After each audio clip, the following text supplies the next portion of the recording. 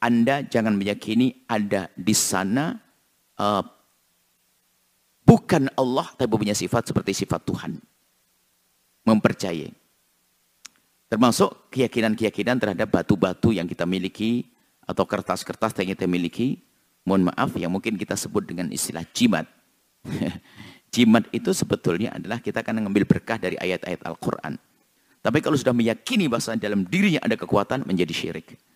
Tapi kalau orang mengambil keberkahan dari ayat-ayat Al-Quran misalnya, biarpun itu berlaku kepada anak-anak kecil saja. Mungkin ada yang bertanya tentang istilah jimat. Jimat itu ada diriwayatkan dari Sayyidina Abdullah bin Umar, kisah tentang jimat.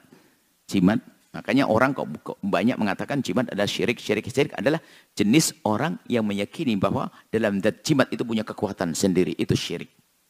Akan tapi yang sifatnya tabarruk dengan ayat-ayat Al-Quran, dan itu terjadi pada anak-anak kecil pada zaman Sayyidina Abdullah bin Umar, misalnya digantungkan di lehernya tentang nama-nama, tentang ayat-ayat Al-Quran dan sebagainya, untuk penjagaan bagi anak-anak kecil, itu betul. Makanya jimat bukan sebuah kesyirikan dengan catatan tidak meyakini bahwa di dalam zatnya jimat itu ada kekuatan. Tapi tetap dari Allah Subhanahu wa Ta'ala.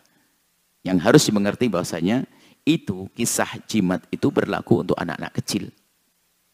Karena anak kecil belum bisa membaca, maka digantungkan atau ditempelkan di tempatnya anak kecil. Tapi kalau sudah gede, bukan bawa jimat, bukan digantungin, dibaca zikirnya. Orang tua masih bawa jimat. Nah, ini aneh lagi.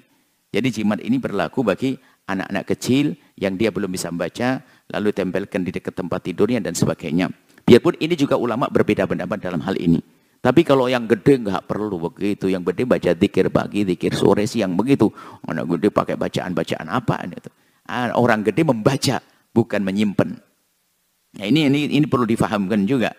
Lah kok banyak di negeri kita? Mungkin dulu banyak orang awam, belum bisa baca Al-Quran, belum punya hafalan zikir. Kalau sudah hafalan dibaca.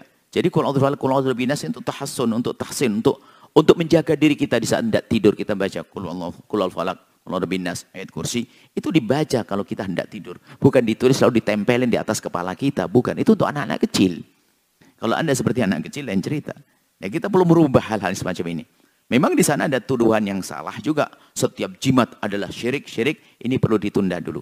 Karena syirik itu nggak gampang. Kecuali tadi sebagian orang yang meyakini bahwasanya dari zatnya ini punya kekuatan, itu adalah termasuk jenis syirik.